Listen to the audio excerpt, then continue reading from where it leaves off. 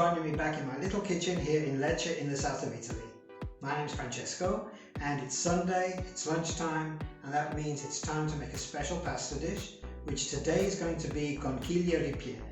Conchiglie are the large pasta shells, and I'm going to fill them with some fresh ricotta, some chopped rucola, a little bit of nutmeg, so that's going to be a nice filling, and they're going to be served in a tomato sauce, which is going to be very simple with a little bit of garlic and basil, baked in the oven with some parmesan on top so they become crispy and golden brown. It's going to be a delicious lunch.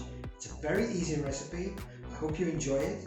If you do, please give me a thumbs up, come back and follow me for more. Let's cook.